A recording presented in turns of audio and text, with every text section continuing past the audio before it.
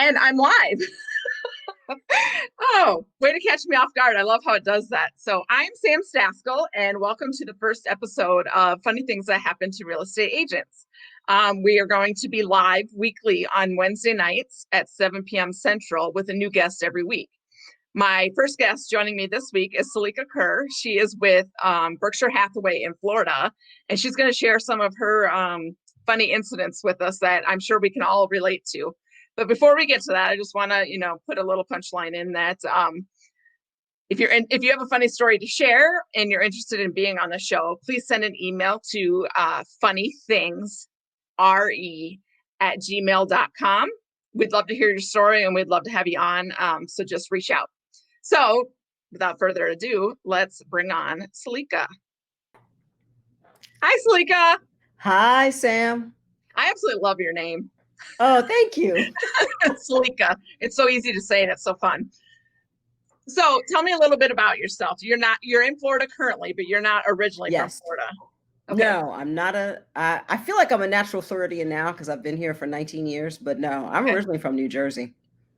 Jersey girl, born and raised. And then you moved around for quite a bit before you went to Florida. I did. I lived in Atlanta for a while. I lived in Costa Rica when I was in college. I lived in Denver for a while. Yeah. And then I came here. Costa Rica is great. I'm telling you, you should go to Costa Rica if you haven't. I'd like to. The food is phenomenal. They will pay for me to go. Listen, I'll pay for your hotel when we get over here because the most expensive thing is the airfare. So if you can get there, I'll take care of the rest. Okay. All right. So you have been a real estate agent, I think you told me, for about 3 years, right? Yes, for 3 years. Mm-hmm. Okay. Yes. What did you do before that? So I have been an educator. I had not a lifelong educator. My whole family taught school, Sam. And I said, there are other jobs. And then one day God wouldn't let me work anywhere else. So I kept ending up in training and development in different companies. Everywhere that I went, I always ended up training people. So then I did end up going into education when I moved here to Florida. And it was super rewarding and I really loved it. And I love the kids. And it's still a passion of mine. But real estate has been a real passion of mine as well for longer than education. Right. And I didn't know it. I never thought about it as a profession. I never did. And you're only doing it part-time. Well, full-time, but part-time. It's right. Not your real job. Right? Shh, don't tell that to my clients. Okay. So I put in 40 hours a week doing real estate. Yeah. But it's not my day job, if you will. Yeah. I still work in education. So I really get to work in both of my passions. And it also gives me a chance. I really treat my real estate business like a boutique. So I give people boutique level service, so I can really take care of them. I always answer my phone. If I don't, I'll call you right back. Because that's a common thing I see with realtors. They don't answer the phone, which I don't understand. But yeah, so but as my business is growing, because every year it grows, I will eventually just do real estate. That'll be amazing. I'm full time. Yeah. All right. So let's jump right in. Let's get to those stories you got to tell me. So the first one, you had an unexpected showing. You want to talk about that one? Well, yes. So the showing was planned. So I had set it up for my my buyers, this lovely couple. The husband had to work. So the wife brought her parents, she's an only child and they have a really close relationship. So it was nice. So I had set up the showing with the listing agent. And when we pull up to the house, I see the door standing open and this woman is walking in and out of the house. And I thought these people weren't supposed to be home. So I pull off down the street just in case. And I called the listing agent and I said, okay, it appears that the people that are renting this house are still there because they were renting. Always. Right. Always. Right. And so they were renting and buying their own house. Right. So, the landlord for this property was now selling it. And so she says, let me call you back. So she calls them, she calls me back and she says, oh, it's fine. You can go ahead and they'll let you in. So all I knew about, we have no idea how many occupants are in the house. That's always a dangerous thing. I should have asked. So, all I knew about was the woman that I saw and then the grandmother that I knew that lived there. Right. So it's myself, it's my buyer, and it's her father that come in. Her mother chose to wait in the car. So smart lady. Right. She turned out to be the wisest one in the bunch. So we go walking in and, we see a couple bedrooms up front. Great. Then we go down the hallway and there's another hallway off to the side. And so I'm asking the lady who lives there, can we go down here? And she says, yes. And I said, okay, well, what's in this door? She said, oh, that's the garage. So we opened the door. I couldn't have gotten a gnat's behind in that garage. There was so much stuff in there. Okay, so we closed that one. Forget about that. There's a two-car garage. Right. Door number one, wrong. So now door number two. Okay, so what's in here? A bedroom. Okay, can we go in there? Yeah. So I open the door, woman standing in her underwear. So fortunately, in order, it was me and the female buyer, and her father was behind her. So he never saw the woman in the bedroom who kind of yelped out and screamed and said, ah! Because apparently she had no idea she was having visitors that day to come see her bedroom. That's always okay. So right. So we turn around and close that door. We're like, right. Oh my goodness. Door number 2 is done. So door number 3 has got to be the one with the prize.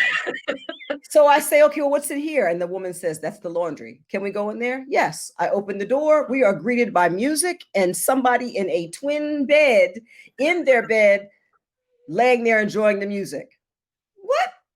There's no washer, no dryer, Sam. Somebody has turned the laundry room into their bedroom. But they still call it a laundry room. But they still call it a laundry room. But my buyer said, I thought you told me this was a 4-bedroom house. Apparently it's a 5. So needless to say, we didn't buy that house. Right.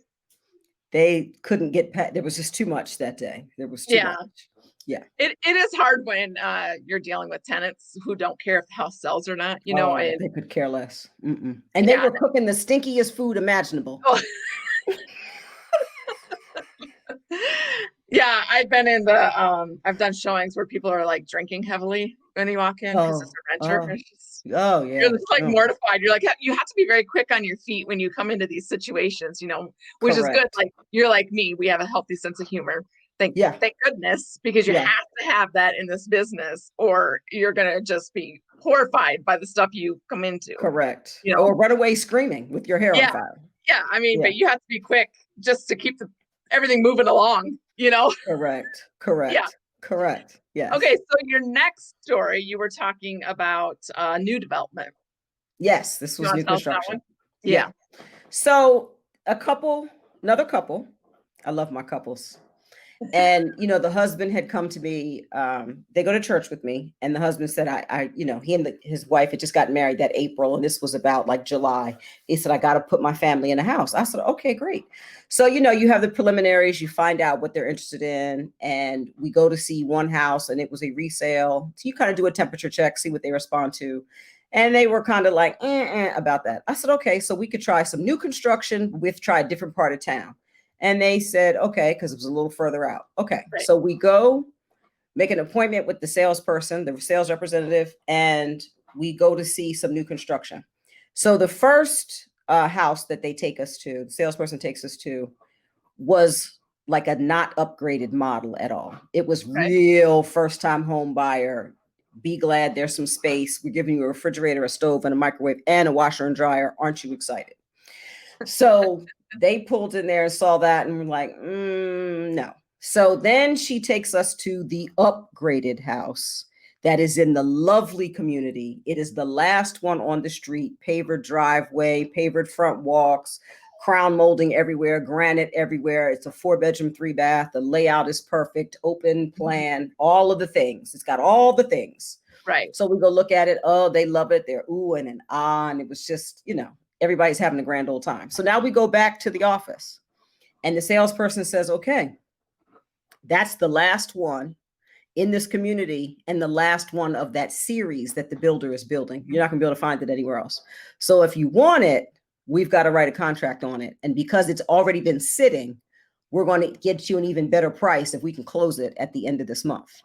And they look at each other and they're like, okay. And then they look at me and then the salesperson says, let me get you on the phone with the lender and get you pre-qualified. So these two didn't really know much about their credit score and like how all these things work.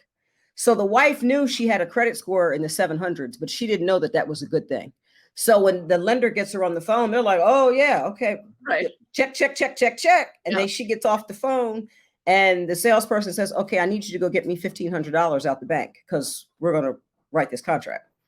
Mhm. And the husband looked at me and he said, "Wait, I got to go smoke a cigarette because I thought we were just looking at houses today. I didn't know we were going to buy one." And he literally had to go outside Yeah. and smoke a cigarette and get his nerves together because he Right. was Take a like, deep breath. I mean, it's a big decision. It's a "Yeah, big decision, and you don't have time to think, no, especially right now in this market. You do not have time to think about it at no, all. no, no, I mean, no, like no, I tell people when I show them, I said, you have to be prepared to make an offer right yeah, after the showing because if right, not, it's gone. it's gone, it's And gone." especially if it's something as beautiful as what, and if they've been looking for a while, Oh yeah, even before people like call to set an appointment, most of them are already like perusing Zillow and yeah, yeah, right, realtor.com. I right, mean, they're checking all those. They're looking long before they contact us, I think. right, correct, The majority of them. right, So, I mean, right. they could be looking for like before I became an agent, I constantly cruised Oh, constantly, looking at the houses and everything. So, I mean, I was well correct. aware of what the market was like when I became an Yeah. agent. Oh, yeah, yeah, yeah, yeah. Yeah. But that Yeah. taught me though to ask people up front, okay, so I know your time frame is a year out, but you've called me. Right. Right. So if we find your house before then, if it's Mhm. today, will that be okay? Yeah. Let me ask you up front because you called me a Right. year in advance. Right. So I'm just saying, because if you tell me to go find it, I'm going to find it. Yeah. Here's what you said Yeah. you wanted. Here you go. Right. Because And I don't think people, they expect it to be that fast at all. they don't. They You don't. And the know, wife actually told me later. She said that when her husband said to her that he wanted us to talk, like we should go talk to Seleka. She said she thought to herself, he doesn't know what he's talking about, but I'm just going to go along with it to shut him up. She's like, and the next thing I know, we're buying a house. She was like, what? Wait. that is nuts. It was But nuts. luckily it worked out. It did. And they love the house and they have made a ton of equity in a year. Awesome. Crazy. That's Yeah. always great. Yeah. Yeah, for sure. All right. So I have to ask, have you made any rookie mistakes in your 3 years that you can think of? Well, I mean, apparently that was one of them, not asking people, if we find the house today, is that going Yeah. to be right? That is a good point. Because, Mhm. we assume most of the time when people call us that they're looking Right. now, Right. Yeah, I know you're telling me a year, up but in a yeah, year, right, they are, right. we just assume it's now that, I Yeah. probably should ask people that too, like, what's your time frame? I know they tell you to do that, but I don't do it. I usually just Yeah. jump right in, because I'm so Sure. excited. I'm so Right. excited to meet them and get started that I forget the basics of, I should ask like how soon they plan to buy. Cause I'm planning tomorrow. Right, exactly. Because I'm figuring if you came to talk to me today, you must be ready right now. Right. Let's do this, and they're like, I mean, hold on a second. right. I'm in a lease for another 6 months. I'm like, Oh, okay. so you want to wait 5 months to look? Right. Or... So you want to build a house? Is that what you're saying? And I'm like, do you think you could get somebody to take over your lease? How about that lease breaking fee? You got that? Right. Is there any way you can get out of that? I mean, I don't know. I don't know. It's all those problem solving things. Correct. Yes. All right. Well, I would like to thank you for joining us tonight. It's been fabulous having you. And I think you're a hoot. Oh, thank you. I can tell that you're like high energy like me and you're like very happy with what you do. I mean, definitely. Oh, I love it. Yeah, I love it too. And I think that makes a huge difference when you're dealing with people if you love your job. Correct. And you love who you work for. Right. Which is fabulous. Don't you hate when you come across the agents that aren't happy doing it? Yes. And I wish, I wish they would leave the profession. Well, not necessarily leave the profession, because at one time I believe they probably did love it. Right. And then something happened along the way that made them not love it. And I wish that they would talk to people like me and you who could, help them get to either a different brokerage that they like better, or help them. Maybe they're not growing like they want to, so it didn't become the that they thought it would be. So I think that branching out or looking in different areas would help most people that are unhappy in it. Yeah, I agree with you. Yeah, so there's that. There's that. All There's right. that. Well, thank you so much. And we'll have You're to keep in touch. welcome. For And, sure. and if anybody else would like to come on and share their stories, please send an email to funnythingsre@gmail.com. We'd love to have you. We'd love to hear your stories. And if you're not comfortable telling your story, I'd be happy to tell your story. I'm a great storyteller. Something else funny happens, you're going to be the first one I talk to. Yes, I want to be. Yes. So join in again next Wednesday. We'll be on every Wednesday at 7 p.m. Central Time, and a new guest every week. Next week we have Joanne Rosinski joining us. So I can't wait for her to share her story. And we're going to end it here. All right. Thank you, Seleka. Bye. Thanks for having me. Yeah. Bye.